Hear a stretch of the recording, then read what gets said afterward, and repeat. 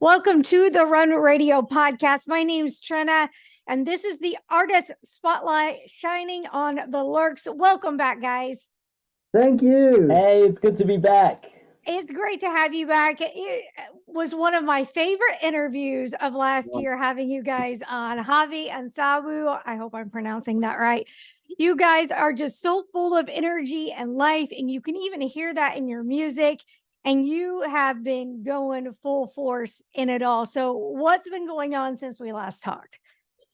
I think so much. I think the biggest change probably since we last talked is that we actually decided to go into music full time again. Full time, full force. So I think last time it was still kind of like, we're doing it semi-pro, and it's just escalated even more from that, and we decided now we just really want to go for it. So that basically means we're devoting an incredible amount of time and effort to it while we're still running our own language school and while I'm still doing my consultant work as an environmental scientist. So we're just crazy busy. We don't know how we manage to squash it all into our lives. But yeah, it's very, very fulfilling because we notice we're making huge steps where, it's always, as you know, with the radio station, once you really set your mind onto something and you really focus on it, that's when you notice the progress as well. So. Yeah, and you're right. It's like everybody, you're spinning so many plates trying to keep them all going in the air. Yeah. And it is hard, but I think that's great though, because they all feed off of one another, the passions, and it probably gives you a lot of energy to put into your music when you pull from these other interests and things that you love. Definitely. Xavi's work as an environmental scientist is so important for our music, because it teaches us so much about how to reach people, because he's working in outreach, so he's as an environmental scientist, not like in a lab job, but he's really out in the streets talking to people and working in a neighborhood project about climate change awareness. So this really teaches us so much about how to address these topics with people and what people really want, which is positivity. Yes. And just like empowerment rather than more and more information about how bad things are, which obviously it's important that people are aware of it, but it's not what keeps you going on a day-by-day basis. And I see this in my work, and we translate that into the band as well. So sorry, I don't want No, go ahead. So one thing that we've really been taking care of when we were writing our newest songs now was that we just always made sure that we put in a lot of hope and positive energy, because what we really, really want to do is that we just give people that energy that they need to fight for the good cause, to save the planet. I'm glad you're saying and doing that, because you're right. We need to be aware, and I've been guilty of it. Just it's daunting to think about and to worry about, which worry is not productive. So the positive spin that you're talking about and the need is important. So what are some of those positive things that you can tell us that give us some hope that we're doing things to make those improvements that we need for our home environment? I think we kind of attack it from very many different angles in our songs. So for example, one of our songs that we're going to put on the next on one of our next releases is about wildlife gardening. So we put a kind of like a spin on a very old song. Actually, it's a song we wrote in 95 or 96, and it was always a crowd favorite, but it was called Welcome to My Nightmare, and it was very dark and gothic, and we took it and we turned it into the song about wildlife gardening, where we're kind of asking the question, why are so many people kind of afraid of all sort of the stuff that is creepy crawly in the garden, like the spiders and the slugs and the rats and all like the little animals that aren't woodlice. How come you're not mentioning the woodlice? Woodlice. Usually he's like every day talking about woodlice. And there are woodlice in that song as well, yeah. So we're kind of saying, well, like, there's all that stuff in your garden that you're not comfortable with, but why is that? Who put that fear into your mind? Why can't we just trust the ecosystem and just trust that everything is fine? So this is sort of like this just kind of trusting into nature, that would be one angle. I think that is actually a very important mental switch, and I think that's actually one of the things that everyone can sort of try to do, is to try to get off this idea of that we have to control our gardens, that we have to control everything that lives in our houses and shares our living rooms. It's okay to learn to trust that it's fine if there's a spider, it's fine if there's a fly, it's Unless fine you're if in there's a woodland. Australia. That's different. It's different because then it's gonna kill you. Then you're a goner. Yeah, so I think that's sort of focusing on the small things, which I also do in my community work, that we're really taking people to their garden. We're not talking about sort of global, global climate change or something, which is something we also sometimes do, but we think it's important to really take these little things and say, like, well, look at your garden. There's a lot you can do for wildlife there. You might be kind of uncomfortable with allowing all the slugs in and the rats and the compost and everything, but maybe there's a way that everyone can live in this more harmonious way. And I don't think it's a little thing. I think it's a gigantic, important mental switch that just allows people really to change their way of how they see themselves, also in relation to nature, that they just learn to trust that they're part of it and it's okay to live together with these other species. I think it's a very big step, actually, and you can practice that in your own little garden. Yeah. So I think that is one thing that everyone could try to do. Yeah. And then another song, the first song actually that we're going to release, hopefully somewhere in September, so that one's coming up. That is a love song for an activist, and that is sort of going in the mental health direction for people who maybe deal with a lot of negative feedback about being involved and being an activist and sort of speaking up and then telling people, like you shouldn't be buying all this new stuff. We should think about degrowth. You should think about your diet. You should do so. Who come across kind of preachy, and I mean that's not popular, right? People, it's like you're spoiling everyone's barbecue by talking about veganism, and we're saying in that song it's called "You're a Badass" because we're saying like. Yeah, that's badass though. That's like great to stick up for your values. And yes, people might say you're too radical. But I think that's hot. Like I think that's fire to do that. So that's addressing that. I think a lot of activists suffer from activist fatigue, right? Like because you're dealing with all this unpleasant stuff, and then you're getting negative feedback from people around you, basically saying like, shut up about it already. And we wanted to do basically a love song for Greta Thunberg. Yeah, that's a good point. Yeah. I think a lot of people also feel it's necessary to make tons of changes all at once. And I feel like even some change somewhere can make a difference, and that's still important for people to know. Baby steps. Absolutely. I think it's just sometimes you get these people who are very much in the environmental eco bubble and who have these incredibly high expectations of themselves as well, but also of other people, where you sometimes just have to stop them and say, not everyone has these choices, not everyone has the financial means to make these choices, or like the means in their everyday life to even pay that much attention to things because they're so caught up with just surviving. So I think that's really important what you're saying. Like it can be really small changes. Yeah. But in the end, you make one small change, and then maybe a couple months later, it leads to the next change, and then a couple months later to the next change, and then 2 years later, you actually notice, wow, I've made actually a lot of changes that make a positive difference. As you've changed a little bit and evolved as musicians and personally, has that changed the way you perform as well?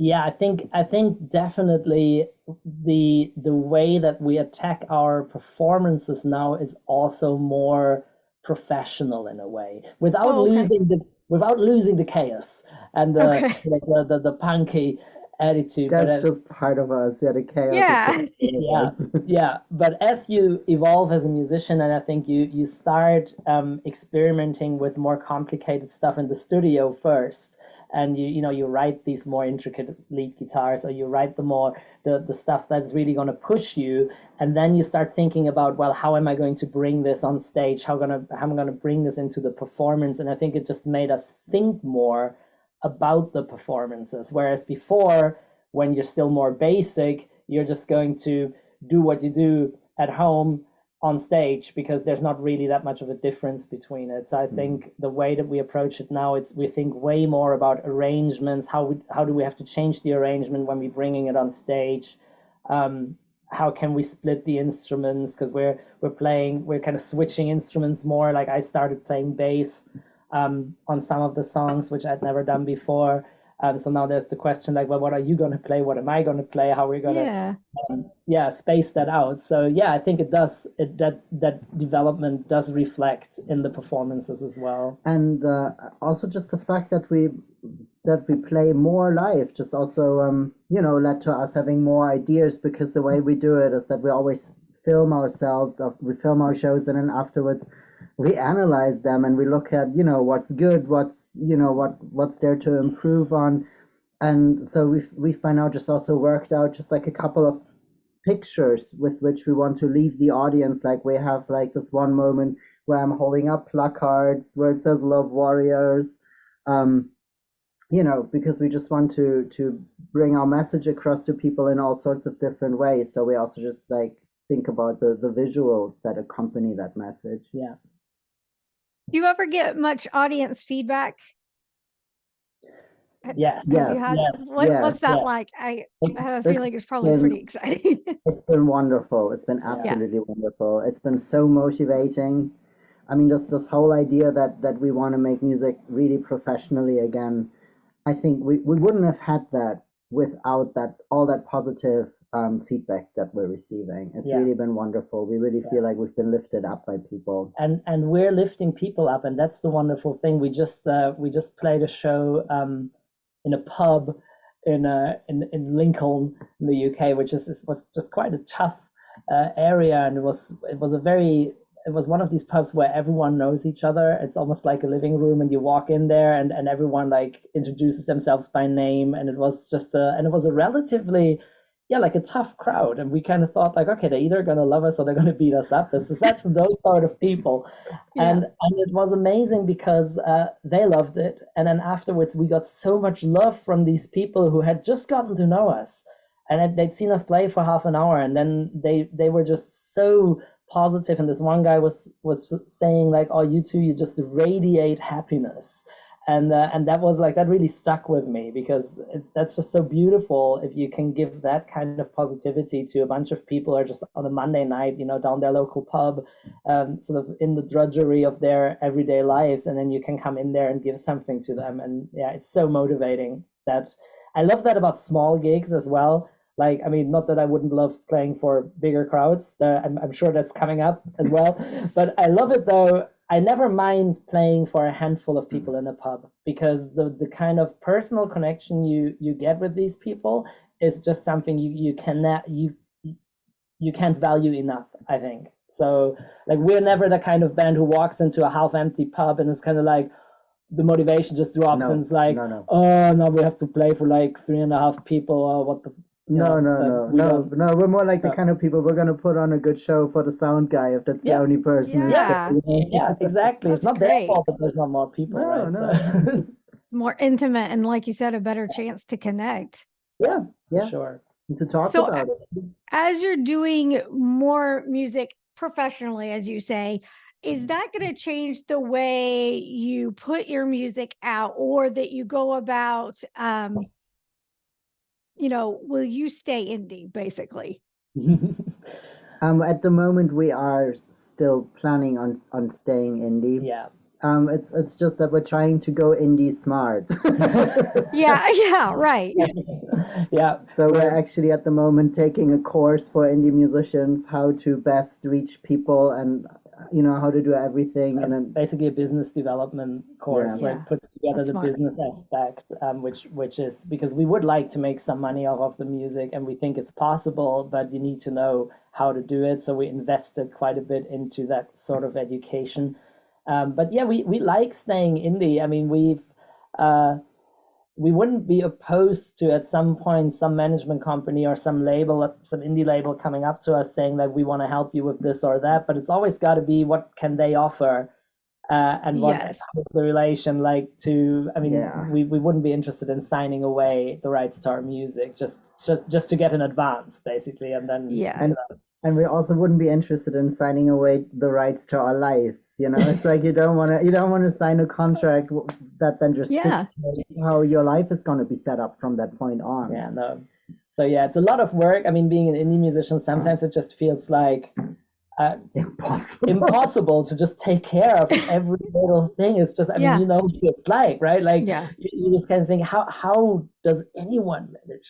And I think mental health is a huge thing. Like you have to be so aware of, don't let social media dictate the rhythm of your life, and don't let it get to you when you've lost 2 followers on TikTok or whatever. Like it's really important to keep a balance there. But I think what definitely is going to change compared to last year's release is that we try to be smarter with how we put our music out, because last year we basically did it all wrong. We did the old-fashioned thing. We had a lot of songs. We put out a CD all at once. And then of course really soon it's kind of an old hat, and it's like it's been 3 months since that CD came out and no one cares about it anymore because everything is so fast paced nowadays. Yeah. So this time around, which I think is silly, but okay, that's the way it is. So this time round we're going to drop song by song by song, and we're going to group them into little EPs, and then only in the very end we're going to be like, oh, and by the way, this is the album that it all adds up to. But we're going to be constantly releasing music, hopefully from like mid-September onwards. So to satisfy that. And for us, it's also, of course, satisfying because we don't have to wait as long to present the new music. Yeah. Because Little we're bits of excited fun. about it. Yeah. Yeah. And speak on that a little more. Well, so many people are doing so many things, like we said, wearing all the hats, doing all the things, learning all we can, trying to advocate, and so on. The mental health can be overwhelming for everybody. What do you guys do to kind of stay sound? Take walks. Yeah. And really talk about it. I think the thing is that, I mean, the two of us, we just have this routine of really taking relatively long walks every day, at least an hour every day, where we just go into nature, into the woods. And I think that we just really also discuss stuff like, how do we want to handle negative comments, what are the mental strategies there, or like how much of your biography do you want to disclose, what are the personal topics that you just like want to keep private for yourself because you're not comfortable with sharing it with everyone. I think it's just important to really reflect, be aware of it in order to kind of stay on top of it so that you can control it.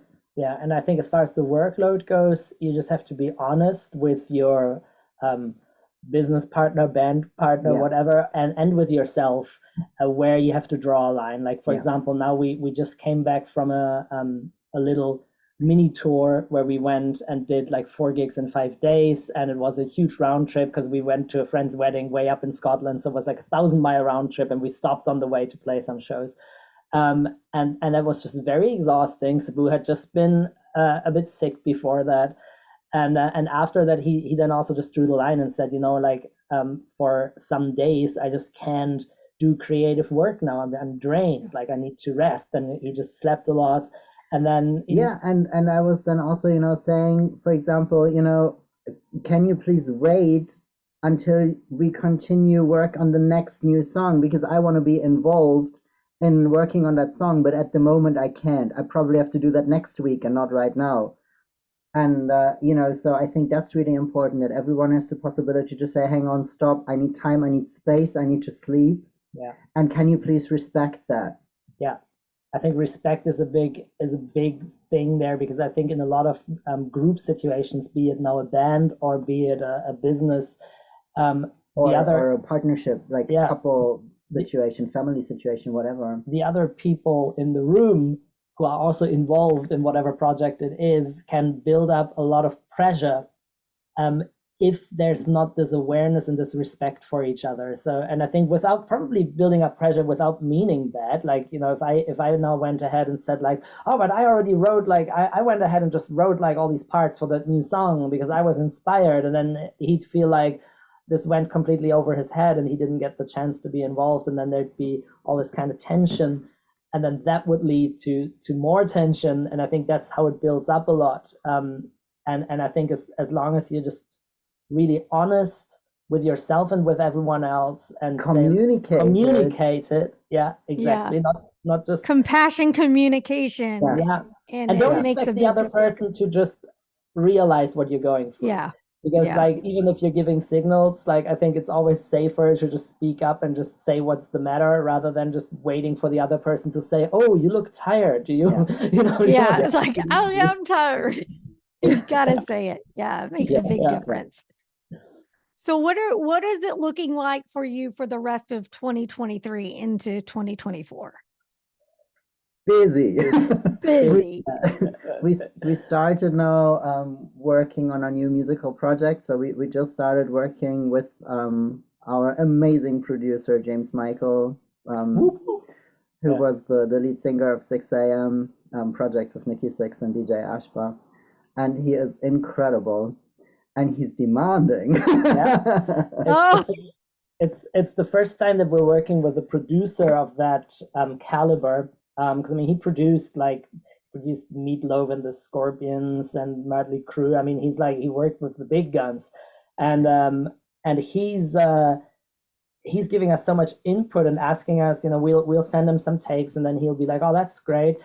Could you write a second rhythm guitar there that just kind of fills these spaces there, so I can kind of pan it in the mix?" And then it's like, okay, I'm gonna write a second rhythm guitar. Like, it's like, and then we send that in, and then the next day he's like, yeah, I feel like there's still some space for a third guitar. Can you come up with a third guitar?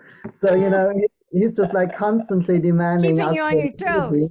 Yeah, and it's great. So cool. We love it. Yeah. Good.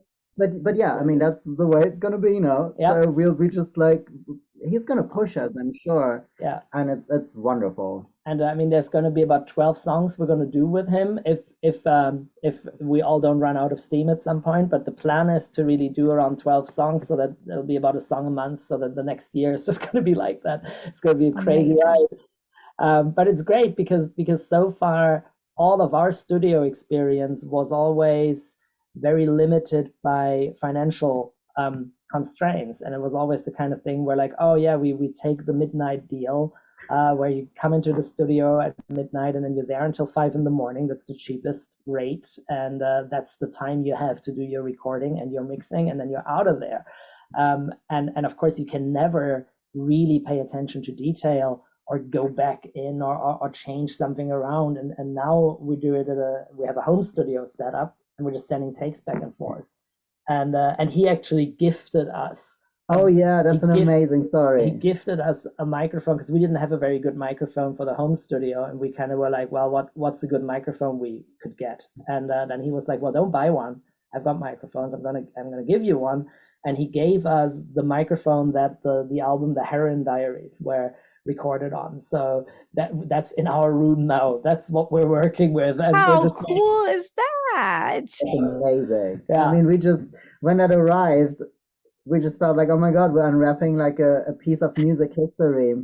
Yeah, for sure. Yeah. And that of course gives us the possibility now to do as many takes as we want. We did the bass take. I think it took us like 122 takes until we had the bass down, but then it was really good, and we're loving it. I mean, it's very time consuming, but it's just wonderful because you really get what you want, and you don't have to settle for second best because the engineer is saying like, here, you know, we're running out of time, guys. Right. Yeah, that because that's what it used to be like, right? Like yeah. the would just kick us out of the studio when time was up. Right. It is nice. It is one of the advantages of the technology. I mean, just like us getting to talk, you Yeah. know, because of the technology that we have that we can take advantage of. Yeah. I am so excited for you guys. I hope you'll keep sending the music to Run Radio. We will keep supporting and playing it. And please come back when you are ready to talk more about your next project. I am loving it. I'm so happy for you guys. And we'll just keep supporting you. Thank you. you We'll so much. definitely be back, and yeah, keep doing what you're doing. Love it. Thank you so much. Have a great day, and we'll talk soon. Thank Talk you. soon.